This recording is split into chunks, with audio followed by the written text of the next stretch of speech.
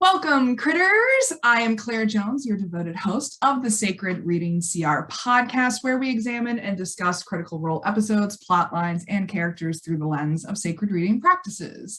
This particular episode is about Campaign 1, Episode 3, Part 1, and joining me today is Alyssa, who's back. And when did you start watching Critical Role? How long have you been a critter? Somewhere at the beginning of quarantine, March 2020. So somewhere around 2 years. Yeah, I'd like to see the data on how many critters were introduced during quarantine. I mean, if my Tumblr is any indication, so many. It was a huge spike. Yeah, I'm sure their YouTube revenues just like skyrocket. It was a great way to pass the time, and one of the few times I actually had time to watch 400 hours of content or whatever it is. Yeah, it's like 150 per campaign times 4. So whatever that number is. Too much. Too much. So please join us as we embark on this exciting adventure in story analysis and self-reflection in order to deepen our understanding of ourselves and the world around us. And as always, we love hearing your own insights and stories as well. So comment, like, and subscribe below. Ready? All right, let's dive in.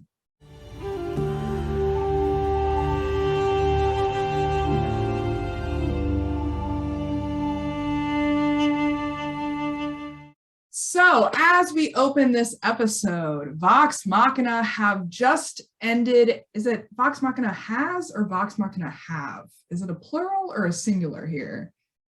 I think either works, to be honest.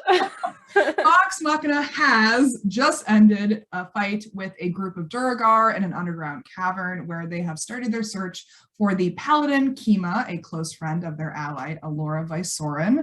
During the fight, Grog's intelligence was reduced to 0 and he was rendered catatonic. They slap him a couple times and try a few checks in order to determine how to fix him, but fail in the process. And they also capture one of the Duergar and keep her alive, so they start questioning her at this point. She reveals that she works for Kavarn, who is presumably the mastermind behind all of these stitched together monstrosities that have been plaguing the mines. They also ask if she has seen Kima, and she does reply in the affirmative, but tries to scare them into believing that they already killed her. After she proves herself to be an unreliable liar, they slit her throat and toss her off the cliff, as one does. They decide to take a long rest in the small cave enclosure and discover a carving from Muhammad on the wall above the alcove, presumably left over from when Kima came through the area, since she is a paladin of Muhammad, which is a good sign they're on the right path. And they are awoken by a massive rumbling sound, and so Keyleth casts a spell on Grog to restore him successfully. They never actually say what the spell was through the episode, but I'm guessing it was a greater restoration? That would be my guess. It's a restoration. I would guess it would be greater. Yeah. And then they head out and start looking for a deeper way into the cavern. So they come across a ramshackle village of sorts made up of very basic stacked stone structures. They find more evidence of more struggles and many piles of rotting corpses. Wonderful to find, of goblinoid creatures. They sneak around and discover that many of the corpses actually have the same wound, which is a hole in the middle of the forehead. That's always a great sign, presumably from getting their brains sucked out. They continue on and come across a cliff that has a singular rope bridge stretching across the dark abyss. They see a group of Duergar transporting a few chained dwarf miners across the bridge. Vex, Vax, and Scanlan take the flying carpet to fly over the head of the Duergar and see thin lines of flowing lava coming out of the crevices in the cavern. But on the other side of the bridge, they find another village that is actually looks like a temporary war camp for the Duergar. They see around 30 to 40 Duergar, as well as several large hulking trolls that are moving around the camp. They decide to drop Scanlan off, who turns invisible and follows the group of Duergar through the camp. In the center, he finds two main figures who seem to be the leaders. One is a dwarf wielding a massive two-handed sword, And the other is a taller figure who seems to be drifting slightly off of the ground. This creature draws one of the captured dwarves forward, seemingly with some form of mind control, and wraps their purple tentacles around the dwarf's head and sucks out his brain. Oh, lovely. And then Scalen heads back to the rest of Vox Machina, who have convened on the campside of the bridge, telling them what he just saw. And that's where the first half of the episode ends. So, what do we think of this episode? What occurred for us as we reviewed this for the umpteenth time? It's an interesting early campaign episode in a couple different ways, both in terms of gameplay and in terms of story. I think it really shows kind of how much they stall out when they don't have one of their players. We see it with Ashley a lot because she's gone a lot. Yeah. But we see with Grog and Travis in this episode where he's sitting back in sunglasses and not saying much of anything, and they're just spinning their wheels. And you wouldn't think so with Grog's intelligence of 6, but it really does affect how well they manage the situation. Yeah, it took them several times to identify that sign of Muhammad. Like, I think at least 4 people tried to do a check on it. And they finally succeeded because Tiberius is a dragonborn, not because they actually finally got a religion check to go through. Yeah. I can tell that they're a bit handicapped without Pike being around. And then also, again, physically handicapped with Grog being catatonic. Yeah, and it's interesting to kind of watch them do that because they do it with other characters later in the campaign. But I think this is the first time we really see it affect the story. And I think in terms of gameplay, it's fascinating because I really learned how to play 5e from watching campaign 2. Yeah. So watching them learn how to play 5e, especially in this episode, it was super obvious that it was very much a learning experience for all of them. Yeah.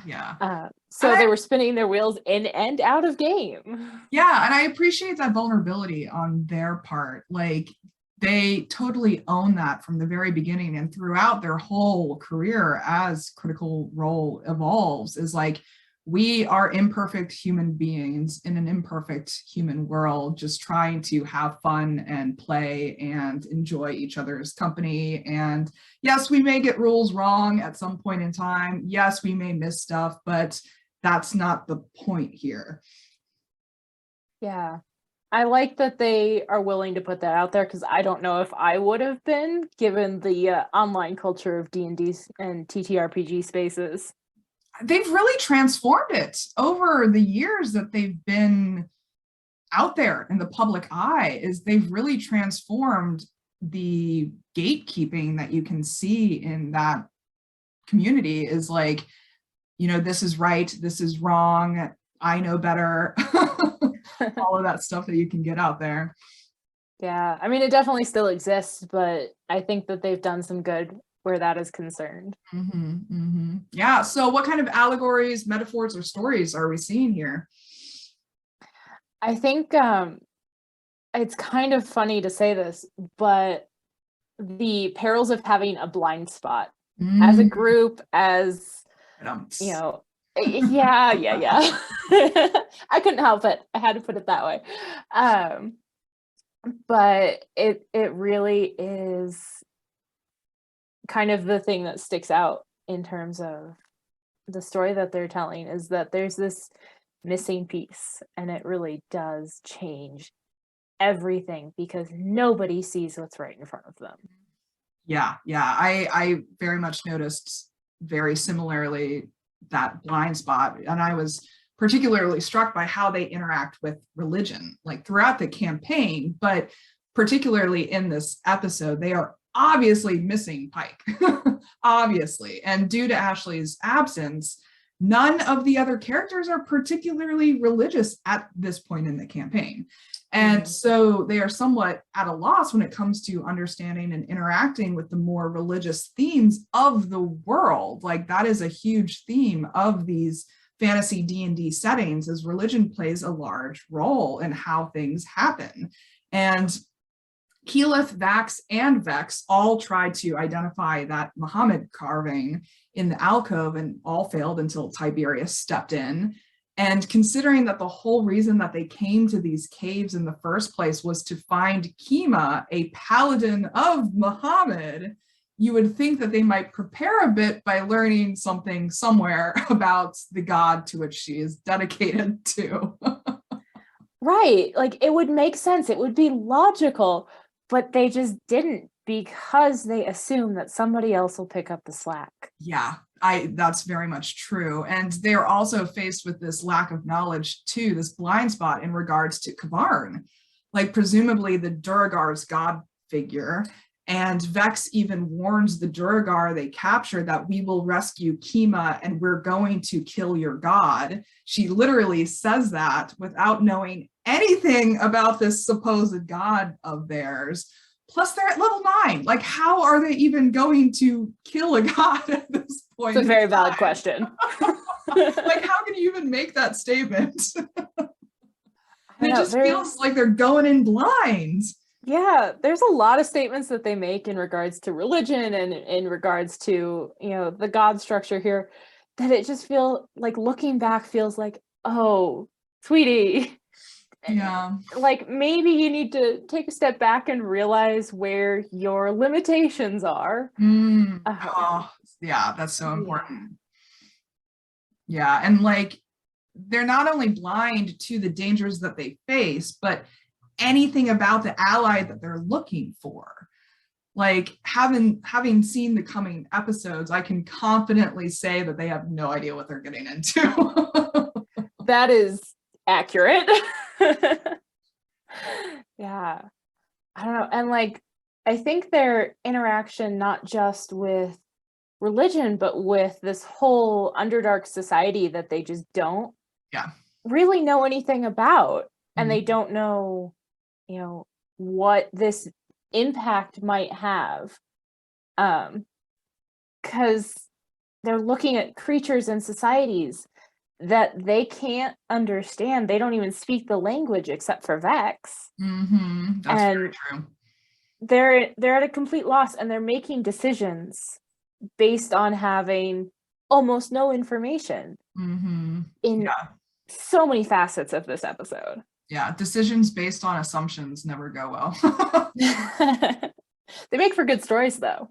They do. I think they're very much in the like kill now, ask questions later mode, which is very D&D like. Like, there's a lot of groups out there that take that approach to D&D play. Like, I've been in a few groups like that before, where it's just like, it's first person shooter kind of gaming. It's like, you just want to kill as many things as possible and rack up your kill count and stuff like that. But that's what I love about D&D, is that you can lean into the narrative of it and the problem solving of it, and like riddles and story plots. And we see that a lot more with Marisha's character in the second campaign, Beauregard.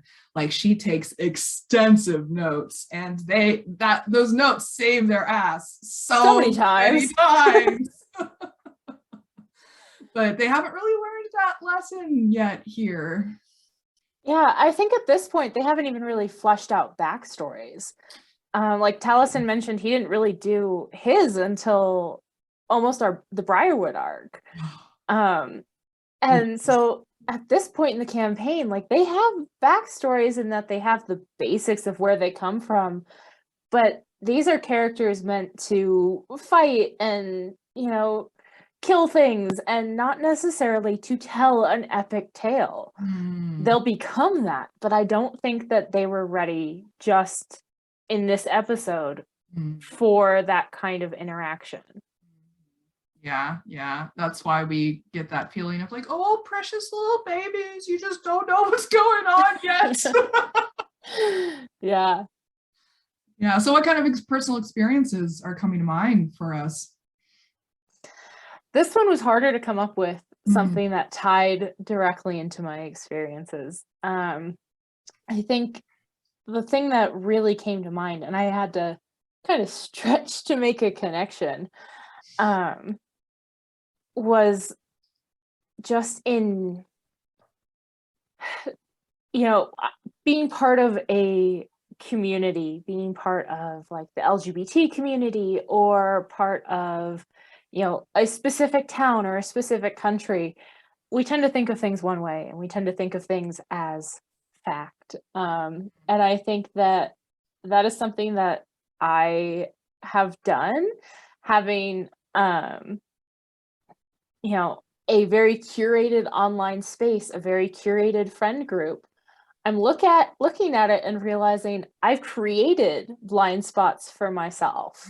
And so I'm realizing through looking at these characters that, the things that I'm noticing that they're doing wrong, that they're having trouble with, are things that very likely could be part of my life. And I think that's something that, requires further introspection. Yeah. But it took me a while to realize that that's kind of how this was tying into my own life. It's not a specific experience, but it was the thing that really stuck out when I started to think about it. Totally. We have such a huge capacity for curating our online experiences nowadays. Like even just choosing what platforms you'd show up on, what threads you follow, who you follow, you can really curate your experience and think that that's the only world that exists within that little bubble. Right. That is so easy. You end up in an echo chamber, Mm-hmm. and it's hard to get out of. Mm-hmm. Yeah, totally. Like I was reminded of all the times that I've gone blind into a situation. Like sometimes I'm able to recover handily and sometimes I fall flat on my face, And I'm thinking in particular of some times when I've been completely ignorant of certain cultural expectations of etiquette. Yeah, that's fair. So, for example, I studied abroad in London in college and attended the Sotheby's Institute of Art there. And little did I know that it effectively functioned as a finishing school for Europe's elite. And me coming from blue collar Ohio, I was way out of my depth when it came to the expected rules of etiquette. And so one time, like, for example, I poured my milk into my teacup before I poured my tea, and that was obviously wrong. And I was passive aggressively shamed for it by the group at the table with me. And then another time I was on a trip with one of my classmates in Barcelona, and we were invited to a dinner where the group ordered after dinner drinks that came in small shot glasses. And as a 20-year-old American college student, I was assuming that they were regular shots and were to be consumed in one go, as one does with shot-shaped glassware. Yeah. And so I tipped mine back and set mine down on the table while everyone else looked at me like I had made the biggest faux pas of the year. And apparently it was a sipping drink, not a shot drink. And it was delicious, but terribly embarrassing at the time.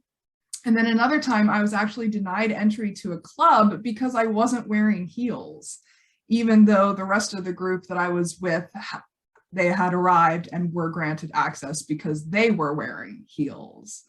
And that was, quite embarrassing as well. But luckily, I already knew how to use chopsticks. That was a point in my favor. And I dressed well enough and was smart enough to hold my own during most of the time there. But it got brutal at times with those etiquette blind spots. I was like, man, you care about how I pour my tea? Yeah, I would fall into so many of those so fast. I would have no idea. Like the tea thing just blows my mind because you don't have to use a spoon to stir it if you pour the milk in before the tea. Like it just seems logical to me, but apparently you're supposed to use the spoon because that's the etiquette thing to do. I'm slightly baffled by that one, I'll be honest. But okay, if that's what you're supposed to do, now I know.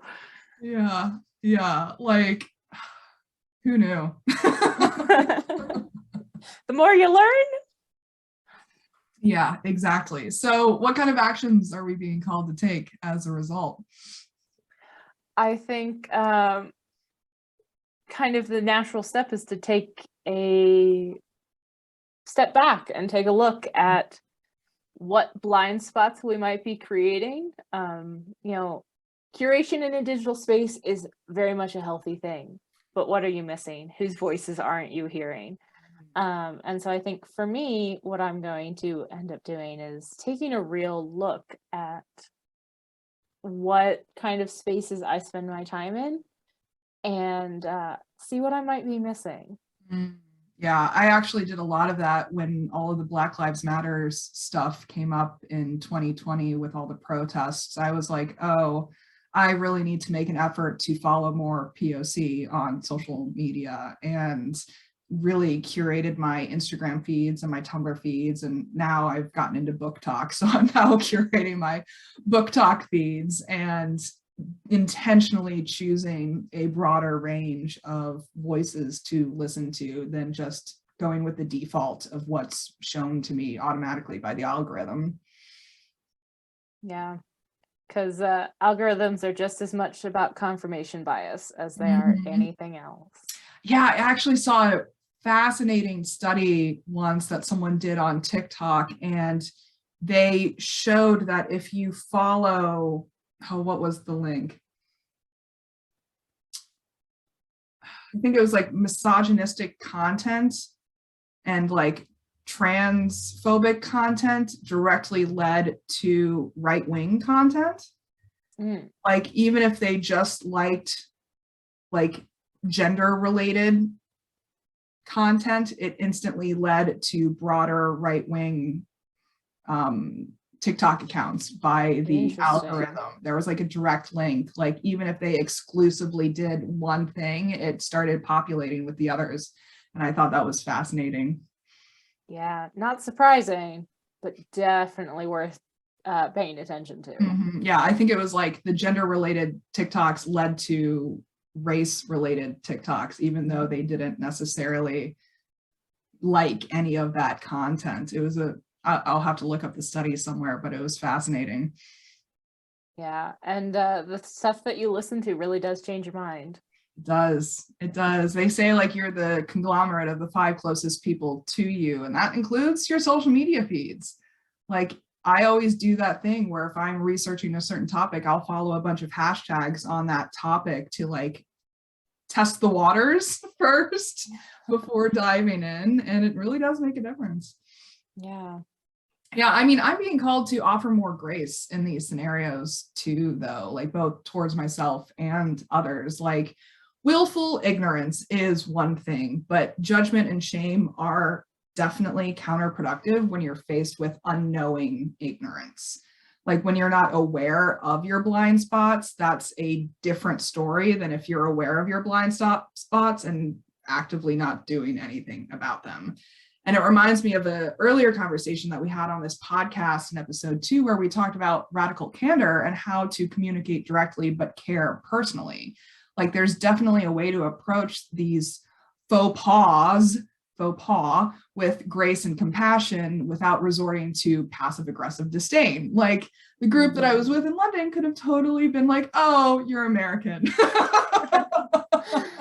And like given me understanding as a result, but they didn't want to. That was not their way of approaching the situation either. And does that apply to the situation with Vox Machina's lack of religious knowledge? Maybe, you know, but I think they could be approaching the situation with more tact and less arrogance. And I wonder how much of it is character choices versus a matter of the players maturing in the game, like we were talking about. But only time will tell. And it's going to be a fun ride either way. Yeah, I mean, I've been loving, that's one of my favorite things about this series is how they mature both as characters and players. Like there's so many meta layers of evolution wrapped up in the series. And that's why I go back to it time and time again, because you notice different things every time you go back to it.